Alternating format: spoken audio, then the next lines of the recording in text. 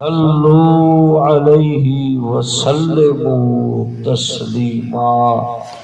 محبت سے پڑھی اللہم صلی علی محمد وعلی آل محمد۔ آقا دو عالم صلی اللہ علیہ وآلہ وسلم نے ارشاد فرمایا من لم یصلی علی فلا دین لہو۔ میرے آقا فرماتے ہیں جو مجھ پر میری آل پر درود نہیں پڑتا، میرے آقا نے فرمایا اس کا کوئی دین، اس کا فلا دین لہو، اس کا کوئی دین اسی کے پاس ہے جس کے پاس درود و سلام۔ آج کی یہ تقریب صحیح ماہ ربیع الاول شریف کی انتہائی مقتدر بابرکت گھڑیاں ولادت سرکار اور تاریخ نسبت شہادت حیدر کرار، تو آپ احباب انتہائی خوش قسمت ہیں کہ آپ کو وہ چوکھٹ نصیب ہے جہاں بالخصوص آل محمد کی عزت و عظمت و ناموس کی صحیح معنی ترجمانی کی جاتی ہے۔ تو آئیے مختصر وقت میں ذرا مجھے توجہ عنایت کیجیے گا، مجھے توجہ عنایت کیجیے گا۔ اللہ نے فرمایا قد جاءکم من اللہ، قد تحقیق، قد جب ماضی پہ آتا ہے نا، جاء ماضی ہے تو یہ قسم کا معنی دیتا ہے۔ اللہ گویا کہ قسم اٹھا کے فرما رہا ہے جاءکم، جو میں نے محبوب بھیجا ہے، من اللہ، یہ کسی اور کی طرف سے نہیں، مجھ اللہ کی طرف سے آیا ہے۔ نور ہے سراپا، ہے سراپا۔ اب نور کی ترجمانی میں کروں کہ کیسے نور ہے، ایسے نور ہے، میری کوئی اوقات نہیں۔ اللہ نے یہ قرآن میں فرما دیا کہ میں رب قسم اٹھا کے کہہ رہا ہوں۔ یا اللہ تجھے قسم اٹھانے کی کیا ضرورت ہے؟ ایمان والے تو جو ہے وہ مان جاتے ہیں۔ اللہ فرماتا ہے یہ قسم ماننے والوں کے لیے نہیں اٹھائی، جن کو شک ہے ان کے لیے اٹھائی، تاکہ قیامت کے دن میں پوچھ سکوں کہ تمہیں خدا کی قسم پر بھی اعتبار نہ۔ تو توجہ کیجئے، اب اللہ فرما رہا ہے کہ میں نے جو بھیجا ہے وہ کیا ہے؟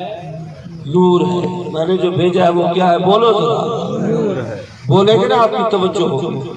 جو ہستی میں نے تم میں بھیجی ہے وہ کیا ہے؟ تو اب مجھے نہیں پتا، نہ میرے پاس اتنا علم ہے، نہ میری اوقات ہے۔ میں تو اپنی گفتگو میں بھی اکثر کہا کرتا ہوں کہ میری کوئی غلطی ہو میں ماننے کو تیار ہوں، میں حرف آخر نہیں۔ یا رسول اللہ آپ ارشاد فرما دیں کہ یہ نور کا مسئلہ کیا ہے؟ تو میرے نبی نے اس آیت کے رموز کھولے، اس آیت کے اسرار کھولے۔ میرے آقا نے فرمایا خدا جب اکیلا تھا تو چاہا کہ کوئی ہو، تو چاہا کوئی ہو جو مجھے دیکھے میں اسے دیکھوں، وہ مجھے پکارے میں اسے پکاروں، وہ میرا نام لے میں اس کا نام لوں، وہ میرا چرچا کرے میں اس کا چرچا کروں، حتیٰ کہ اس کا چرچا میرا ہی چرچا ہو، اس کا ذکر میرا ہی ذکر ہو، اس کی زیارت میرے جمال کی زیارت ہے۔ تو پھر میرے آقا فرماتے ہیں اللہ نے اپنے نور کا تجلی کیا،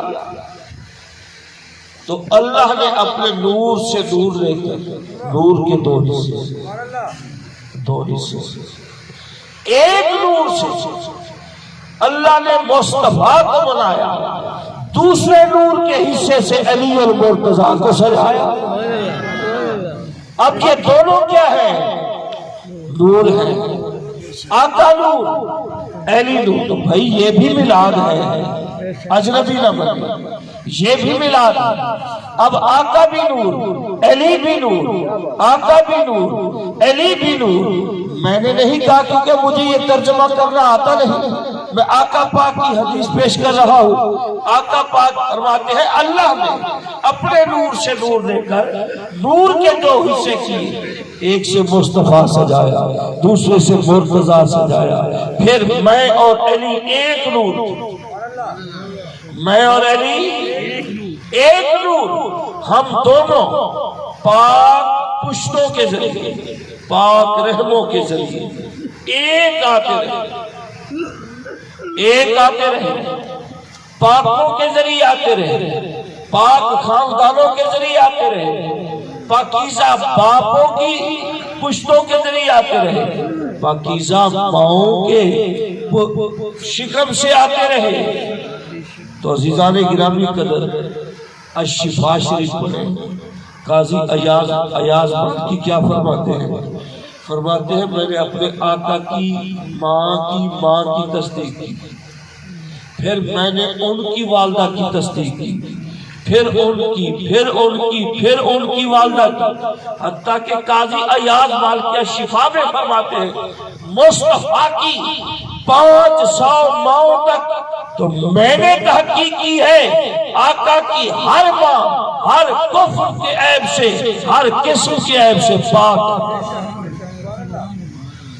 تو ہم پاک پشتوں، پاک رحموں کے ذریعے آتے آقا پاک فرماتے ہیں میں محمد حضرت عبداللہ کی پشت میں، تو علی جا پہنچے حضرت سیدنا ابو طالب علیہ السلام کی پشت میں۔ تو اب آپ یہ سوچ رہے ہیں کہ جناب آج تک تو یہی سنا ہے کہ اللہ کے نبی نے فرمایا میں ایک نور تھا، پھر اللہ نے میرے نور سے لے کر چاند بنایا، لوح بنائی، قلم بنائی، عرش بنایا، کرسی بنائی، ستارے بنائے، مشرق مغرب شمال جنوب۔ بھی جب اللہ تعالی جل شانہ کہ پیارے محبوب نے وضاحت کی میں اور علی دونوں نور تھے، یہ جو چاند نور ہے، یہ جو لوح نور ہے، یہ قلم نور ہے، یہ جو عرش نور ہے، یہ تو میرے آقا کے نور کا صدقہ ہے، یہ میرے آقا کے نور کا صدقہ ہے۔ اللہ نے آقا کے نور سے نور لے کر یہ آسمان کے چاند سجائے، لوح قلم سجائے، لیکن مصطفیٰ اور مرتضیٰ اللہ نے ان کو اپنے نور کے جلوے سے ان کو خلق کیا۔ اللہ تبارک و تعالی جل شانہ اسی طرح پھر آگے حضرت آدم علیہ السلام جو ہمارے باپ ہیں، تمام انسانیت کے جو باپ ہیں، وہ فرماتے ہیں جب میں نے پہلی مرتبہ آنکھ کھولی تو سامنے 5 تھے، سامنے عرض کی مولا یہ 5 کون ہیں؟ فرمایا پہلا نور ہے میرے مصطفیٰ، دوسرا ہے علی المرتضیٰ، تیسرا ہے سیدہ فاطمہ الزہرا، چوتھا ہے سیدنا امام حسن بن مرتضیٰ، پانچواں ہے سیدنا حسین بن مرتضیٰ کا۔ عرض کی مولا یہ 5 کی پاور طاقت کیا ہے؟ رب نے فرمایا پیارے جب دنیا میں کوئی مشکل پیش آئے تو ان 5 کا نام لے کے دیکھ۔ تو علماء مفسرین نے لکھا ہے فَتَلَقَّى آدَمَ، جو آدم کو جو اللہ نے وہ کلمات سکھائے جس سے توبہ قبول ہوئی، وہ توبہ جو پیغمبر کی توبہ ہے وہ ہمارے والی توبہ نہیں ہے، معاذاللہ ہم یہ بھی کہتے کہ آدم سے ہماری طرح خطا ہوئی، وہ تو ہمیں توبہ سکھانے کے لیے آدم علیہ السلام کہی۔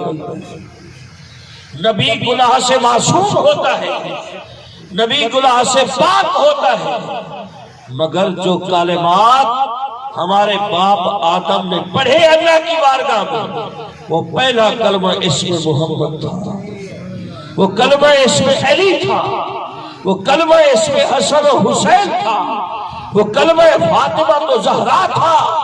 یہ وہ 5 کلمے ہیں جہاں کوئی نہ وظیفہ چلے، یہ 5 چل۔ تو ابھی بھی لگتا ہے آپ احباب کسی تشویش میں دیکھیں نا جناب، علی آقا پاک کے کیا لگتے ہیں؟ داماد ہیں، خاندان ہیں، چچا زاد ہیں، مولا علی ایک خاندان ہے، ایک خون ہے کہ نہیں؟ آپ اسی بات کو ذرا ذہن میں، حاجی جب حج کرنے جاتا ہے تو وہ ایک جگہ آتی ہے، اللہ نے اس کی عظمت قرآن میں بیان کی ہے، وَاتَّخِذُوا مِن مَّقَامِ إِبْرَاهِيمَ مُصَلًّى۔ اے حاجی، سارا کعبہ کا ایریا پاک ہے، مقدس ہے، مگر وَاتَّخِذُوا مِن مَّقَامِ إِبْرَاهِيمَ مُصَلًّى، یہ جو قدم لگے پڑے ہیں نا جہاں، یہاں سجدہ کر، نفل پڑھ، یہ مقام ابراہیم۔ توجہ کیجئے گا، یہ مقام حاجی نے جب توجہ کی تو پاؤں کے نشان نظر آئے۔ کسی نے عشق میں فوری نفل نیت لی، نیت کر لی، کوئی تجسس میں پڑ گیا، مولا یہ تو غیر اللہ کے قدم کا خیال نماز میں آئے گا، کیا نماز ہو جائے گی؟ اللہ نے فرمایا تم مقبول ہونا چاہتا ہے یا مردود ہونا چاہتا ہے؟ اگر مقبول ہونا چاہتا ہے، یہ قدم عام نہیں، یہ قدم خلیل ہے، یہ قدم ہے خلیل کے، سارے حرم کا ایریا، سبحان اللہ، مگر وَاتَّخِذُوا مِن مَّقَامِ إِبْرَاهِيمَ مُصَلًّى، ان قدموں پر نفل نیت سجدہ کر، یہاں پر عبادت کا ثواب نرالا ہوگا، کیونکہ جب تو پیشانی یہاں ٹیکے گا، سجدہ کرے گا، تجھے نماز کا بھی لحاظ ہوگا، اللہ کے پیاروں کی عزت اور مقام کا بھی لحاظ ہوگا۔ تو میں یہاں سے یہ بات آپ کو سمجھانا چاہتا ہوں، جو وہ مقام ہے، مقام ابراہیم، جس کو اللہ نے قرآن میں فرمایا اس کو مصلی بناؤ، اس کو کیا بناؤ؟ وہ کن کے نشان ہے؟ حضرت ابراہیم کے قدموں کو، حضرت ابراہیم علیہ السلام کے قدموں کے نشان ہے۔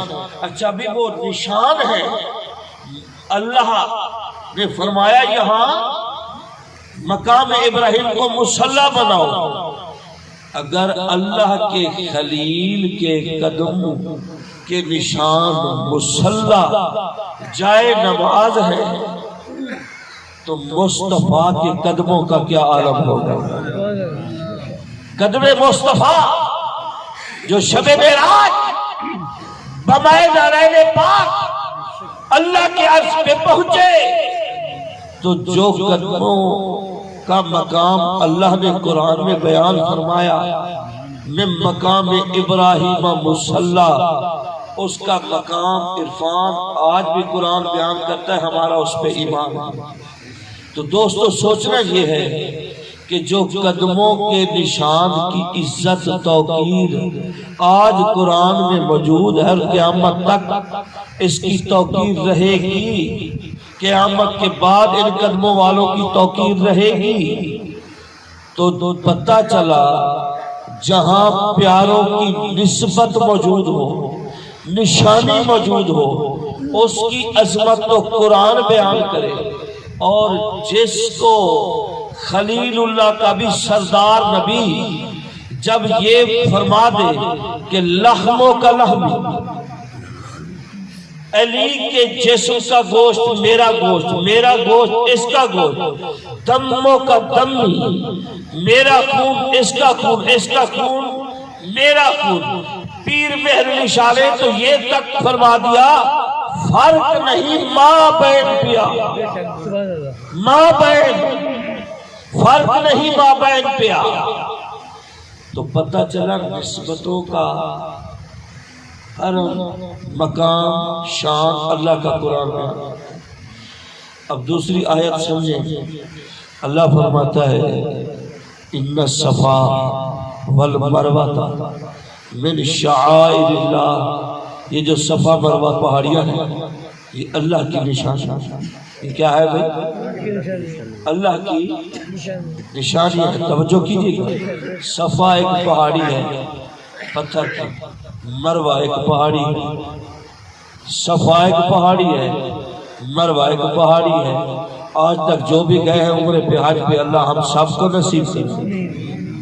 یہ دونوں ان پہاڑیوں کو اللہ نے فرمایا میریاں نشانیاں ہیں۔ میرے کیا ہے بھائی؟ نشانیاں ہیں۔ اب توجہ آپ کی پہلے سے زیادہ چاہیے۔ یہ جو صفا اور مروہ ہے نا، یہ ایک مرد تھا اور ایک عورت۔ کیا تھا بھائی؟ ایک مرد، صفا مرد تھا، مروہ عورت تھی۔ ان سے کعبے کی حدود کے اندر زنا ہو گیا۔ قرآن کریم کی تفاصیل اٹھا کے دیکھیں، حدود کعبہ میں ان سے اللہ نے ان کو پتھر بنا دیا، اللہ نے ان کو پتھر بنا دیا سزا کے طور پہ۔ پھر دوسرا ان پر یہ نحوست پھیلی کہ مکے کے جو کافر تھے ان کے جو بڑے بڑے بت تھے جن کو بڑا خدا کہتے تھے، انہوں نے اپنے بت انہی صفا مروہ پر رکھے ہوئے تھے۔ یہاں کر وہ بتوں کی پوجا چاٹ کرتے تھے، مگر اللہ فرما رہا ہے یہ میری نشانیاں ہیں۔ اللہ فرما رہا ہے یہ میری نشانیاں ہیں۔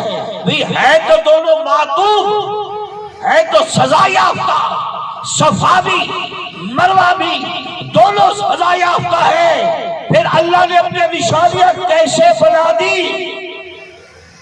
اللہ نے اپنی نشانیاں اس لیے بنائی کہ یہاں میرے دادا کی اماں جی، میرے آقا پاک کے دادا کی ماں کے قدم لگ سیدہ ہاجرہ پاک کہ جب بچے کو لگ کو دک جنگل میں ٹھہرایا گیا تو حضرت اسماعیل جب پیاس کی وجہ سے وہ بلک رہے تھے، ماں صفا پہ دوڑی، پھر اسماعیل کو دیکھا، مروہ پہ دوڑی، پھر اسماعیل کو دیکھا، پھر صفا کی جانب، مروہ کی جانب، صفا کی جانب، مروہ کی جانب، صفا کی جانب، مروہ کی جانب۔ جب دوڑتی رہی، اللہ کو یہ ادا اتنی پسند آئی، فرمایا قیامت تک جو بھی حاجی اگر بننا چاہے گا، جب ادائے ہاجرہ بھی ادا کرے گا، حاجی بھی بن سکے گا۔ اب یہ صفا مروہ کی غلطیوں کو نہیں دیکھا جائے گا، ہاجرہ کی قدموں کی عزت اور عظمت کا سوال، عزت اور عظمت کا سوال ہے۔ تو میں یہ عرض کرنا چاہتا ہوں، جہاں سزا یافتہ صفا مروہ کھڑی ہو اور جرم بھی سنگین ہو، گناہ کا جو ارتکاب ہے وہ بھی زنا جیسا، پھر ہو بھی حدود کعبہ میں، تو اس جگہ اللہ کی پیاری کے قدم لگ گئے، وہ تو اتنی بلند بن جائے، عظیم و شان قرآن کی آیت بن جائے، وہ صفا مروہ، وہ صفا وہ مروہ، اللہ نے صفا اور مروہ کا نام۔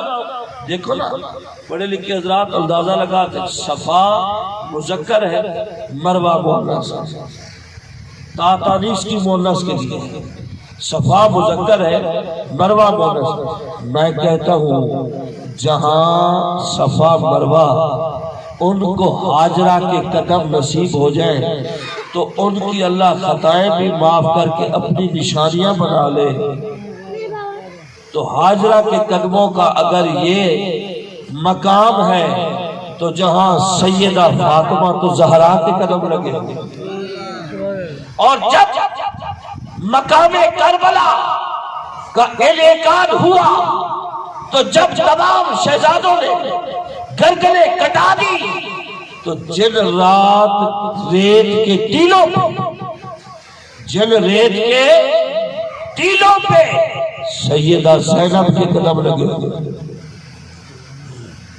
صفا مروہ پہ ہاجرہ کے قدم لگے، اللہ کی نشانیاں بن جائیں، تو پھر جناب جس جگہ جو لخت جگر علی المرتضیٰ ہے، نور نظر امام الانبیاء ہے، اس سیدہ زینب کے قدموں کا اور ان قدموں جہاں قدم لگے ان خاک کے ذروں کا کتنا عظیم مقام ہوگا، جو اپنے بچوں کو پیاروں کو ذبح کرا کے پھر بھی اللہ کی شریعت کا پاس بھی پورا ہے، پردہ بھی پورا، تقوی بھی پورا، عبادت بھی پوری اور ریاضت بھی پوری اور شکر بھی پورا، صبر بھی پورا۔ تو قدمین پانچ تن پاک کا پھر اندازہ۔ آخری بات سنیں، حاجی حج کرنے جاتے ہیں، کہا جاتا ہے اور یہ صحیح ہے کہ جو حجر اسود کو چومے اس کے گناہ ختم ہو۔ بالکل صحیح بات۔ آپ کو پتہ ہے حجر اسود کیا ہے؟ اللہ کے پاک نبی فرماتے ہیں جو رب کی بیعت کرنا چاہے تو حجر اسود کو چومے۔ حجر اسود اللہ کا دایاں ہاتھ، مسلم شریف کے حجر اسود، حجر اسود ایک پتھر ہے۔ اچھا آپ سنیں، حجر اسود کے کان بھی ہیں اور اس کا منہ بھی ہے، یہ سنتا بھی ہے، دیکھتا بھی ہے، بولتا بھی ہے۔ یہ کہاں سے آیا ہے؟ جنت سے آیا ہے۔ کس نے بھیجا ہے؟ اللہ نے بھیجا ہے۔ اور مقبول کیوں ہے؟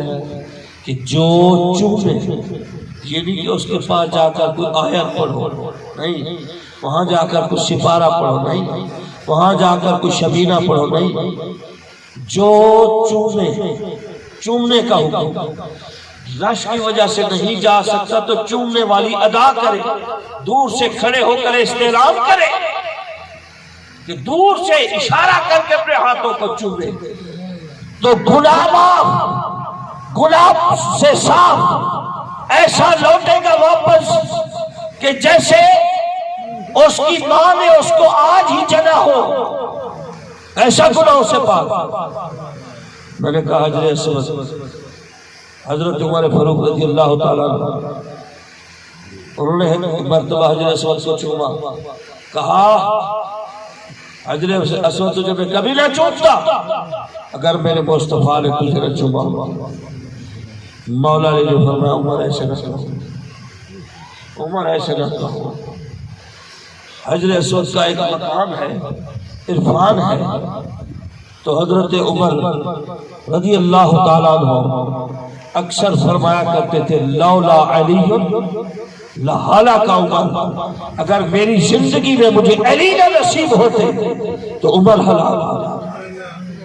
کسی کم مرتبے کی عمر بھی نہیں ہے، مگر محبت علی کی اتنی ہے، انس اتنا ہے، پیار اتنا ہے، جب بھی دوران خلافت کوئی مسئلہ اڑ جاتا ہے، رک جاتا ہے، تو اس گتھی کو سلجھانے کے لیے عمر بھی علی کو عرض کرتا ہے۔ نعرہ حیدری۔ تو عزیزان گرامی قدر، آخری میری بات سنیں، اب وہ حجر اسود کیوں چوما جا رہا ہے؟ میرے آقا نے اس کو چوما ہے۔ آج اس کے نزدیک کوئی پلیت نہیں جا سکتا، کوئی نجس نہیں جا سکتا، کوئی جناب مطلب بے وضو اس کے قریب نہیں جاتا۔ میں یہ عرض کرتا ہوں اس امت مسلمہ سے، اور جس پتھر کو میرے آقا نے ایک دفعہ چوما اس کو تمام مکاتب فکر کے عالم عوام سب چوم رہے ہیں۔ توجہ کیجئے گا، جس حسین کو آقا نے ہزاروں دفعہ چوما،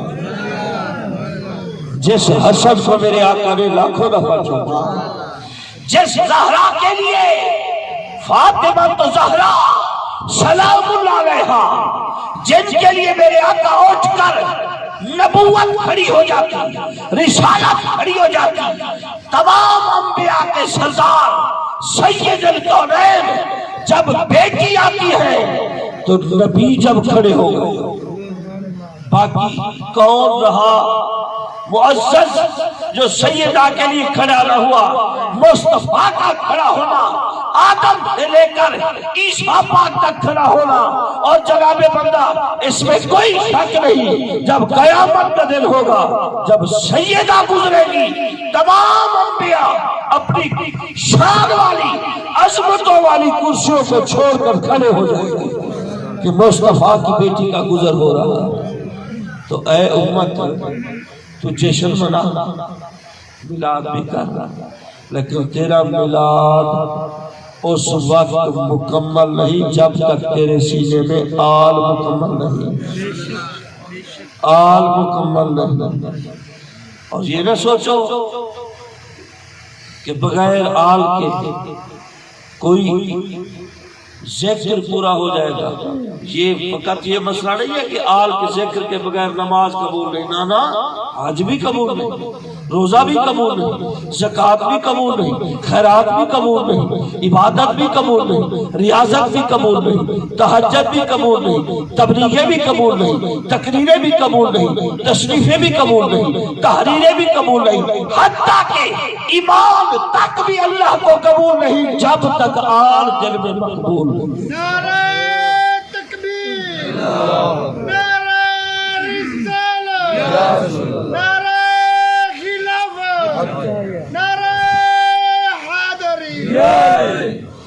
تو اللہ تبارک و تعالی جل شانہ ہمیں ان لفظوں کے ساتھ، لوگ کہتے ہیں نا، افسوس ہوتا ہے کہ میلاد بیان کرتے ہیں، چاند نور، لوح نور، قلم نور، عرش نور، کرسی نور، بے شک الحمدللہ ہمارے یہ صدقے مصطفیٰ کے، لیکن میلاد تو یہ ہے آقا نور، علی نور، فاطمہ نور، حسن نور، حسین نور، زین العابدین نور، محمد باقر نور، جعفر صادق نور، موسیٰ کاظم نور، علی رضا نور، محمد تقی نور، حسن عسکری نور، محمد مہدی نور، حتیٰ کہ اعلیٰ حضرت کی زبان میں تو یہ ہے کہ تیری نسل پاک میں ہے، تیری نسل پاک میں ہے بچہ بچہ نور کا مصطفیٰ جان، سلام شمع ہدایت پہ،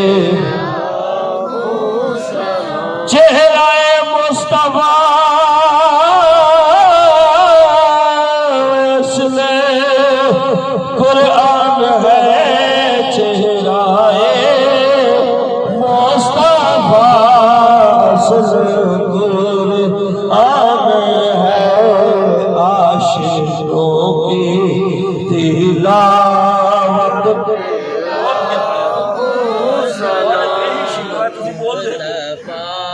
جان رحمت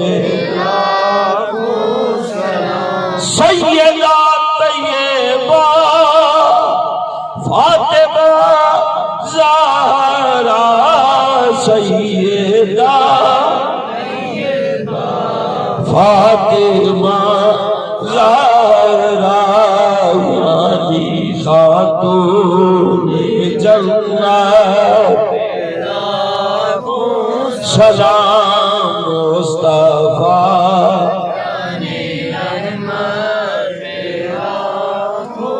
جن کو دھوکے سے کوفے بلایا گیا، جن کو بیٹھے بٹھائے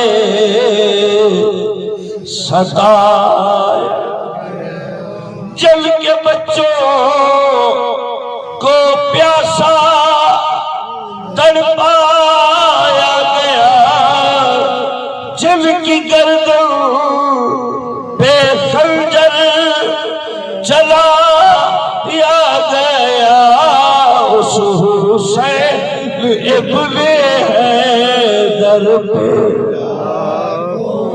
سلام مصطفیٰ